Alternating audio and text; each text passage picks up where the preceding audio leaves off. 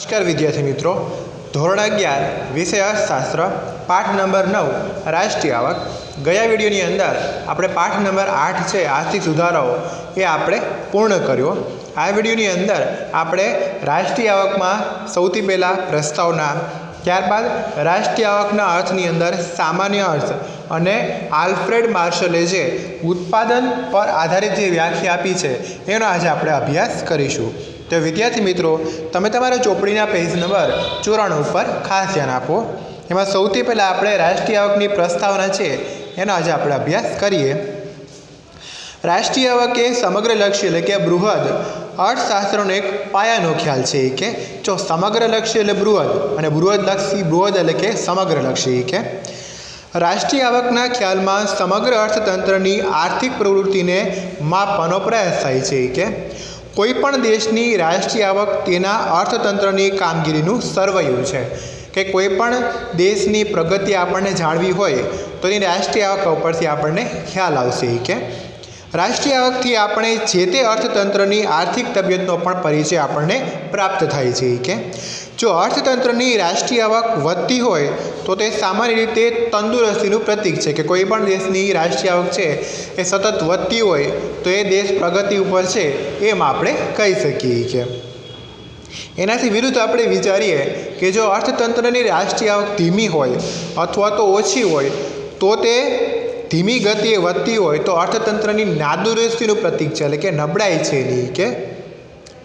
टूंकमां कोईपण देशनी आर्थिक समृद्धिना मापदंड तरीके राष्ट्रीय आवकनो आपणे उपयोग थाय छे। कोईपण देशनी प्रगति मापी होय तो राष्ट्रीय आवकनो उपयोग आपणे करवामां आवे छे। एनी माहिती लई अने देशनी प्रगति आपणे जाणी सकीए छीए के सामान्य रीते कोईपण देशमां वर्ष दरमियान पोतानी मूडी अने श्रमथी कुदरती संपत्तिनो उपयोग करीने अंतिम वस्तुओ अने सेवाओनुं उत्पादन थाय तेनुं जे बजार मूल्य आपणे नक्की थाय छे ए बजार मूल्यने आपणे राष्ट्रीय आवक कहे छे के एटले के वर्ष दरमियान पोतानी मूडी अने श्रमथी कुदरती संपत्तिनो उपयोग करीने अंतिम वस्तुओ अने सेवाओनुं जे उत्पादन थाय छे अने आपणे जे वस्तु ने सेवानुं उत्पादन करीए अने एनुं जे बजार मूल्य नक्की थाय छे ए कुल बजार मूल्यने शुं कहेवाशे? राष्ट्रीय आवक कहेवाशे के राष्ट्रीय आवकना ख्यालने जीएनपी,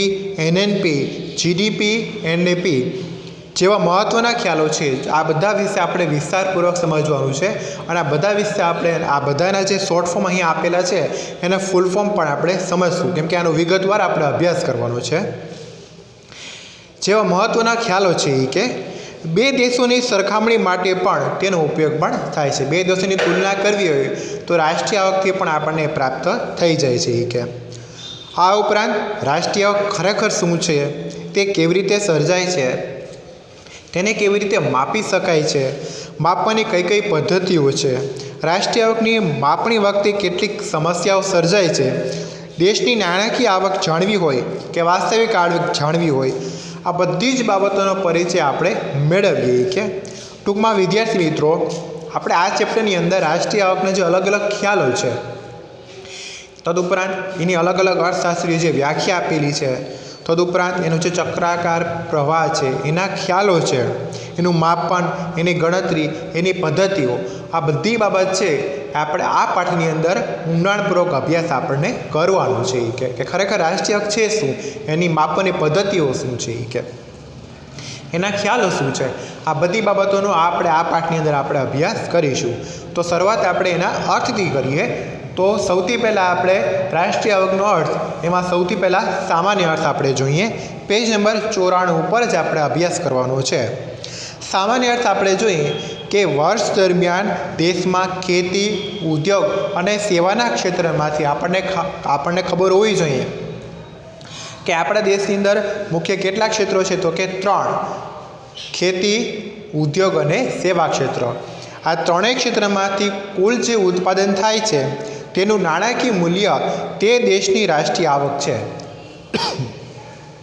एटले के खेती वर्ष दरमियान देश में खेती, उद्योग अने सेवा आ त्रणेय क्षेत्रमांथी जे कुल उत्पादन थाय छे अने तेनुं जे आपणे नाણાકીય मूल्य नक्की थाय छे एने शुं कहेवाशे? देशनी राष्ट्रीय आवक छे एम आपणे कही सकीए के આપણે જ્યારે કહીએ કે ભારતની રાષ્ટ્રીય આવક 128 લાખ કરોડ રૂપિયા છે, તેનો અર્થ એ થયો કે ભારતે વર્ષ દરમિયાન ખેતી, ઉદ્યોગ અને સેવા ક્ષેત્રના ક્ષેત્રમાંથી એક વર્ષ દરમિયાન 128 લાખ કરોડની જરૂરિયાત મુજબની ચીજવસ્તુ અને સેવાનું ઉત્પાદન કર્યું છે.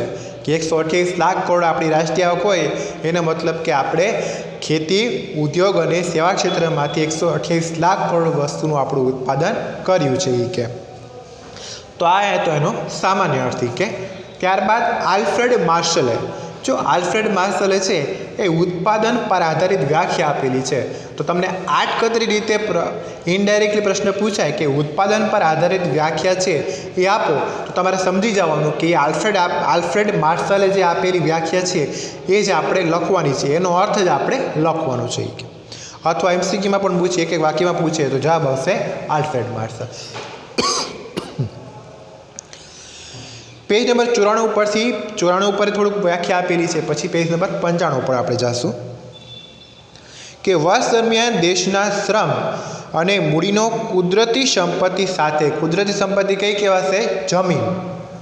કે વર્ષ દરમિયાન દેશના શ્રમ અને મૂડીનો કુદરતી સંપત્તિ એટલે કે જમીન સાથે સહયોગ થવાથી જે ભૌતિક એટલે કે દૃશ્યમાન અને અભૌતિક એટલે કે અદૃશ્ય સેવાઓ વસ્તુનું ચોખ્ખું ઉત્પાદન થાય છે, તે દેશની રાષ્ટ્રીય આવક છે.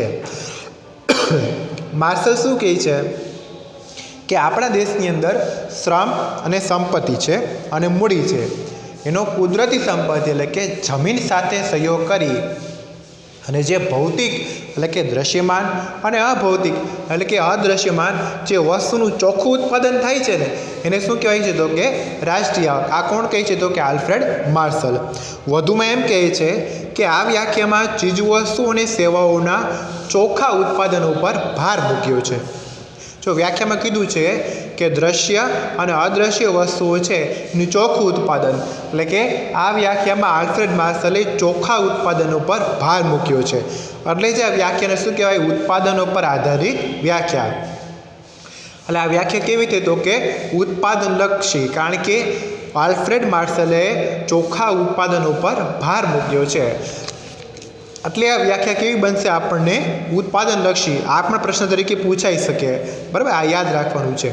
તો વિદ્યાર્થી મિત્રો, આ વિડીયોની અંદર આપણે રાષ્ટ્રીય આવકમાં સૌથી પહેલાં રાષ્ટ્રીય આવકની પ્રસ્તાવના, એની સામાન્ય વ્યાખ્યા આપણે સમજી. તદુપરાંત રાષ્ટ્રીય આવકનો અર્થ, એની અંદર સામાન્ય અર્થ અને આલ્ફ્રેડ માર્શલે આપેલો અર્થ જે ઉત્પાદનો પર આધારિત છે, જે ઉત્પાદનલક્ષી છે, જે ચોખ્ખા ઉત્પાદન આપણે આધાર રાખે છે, એનો અભ્યાસ કર્યો. આવનારી વિડીયોની અંદર હજી આ અર્થની અંદર ઇર્વિંગ ફિશરે જે વપરાશ ઉપર આધારિત વ્યાખ્યા આપશે, એસી પીગુ એ નાણાં આધારિત ઉપર વ્યાખ્યા આપશે. ત્યારબાદ તેના વલણો, રાષ્ટ્રીય આવક અને રાષ્ટ્રીય પેદાશ એના ખ્યાલોનો આપણે અભ્યાસ કરીશું. Thank you.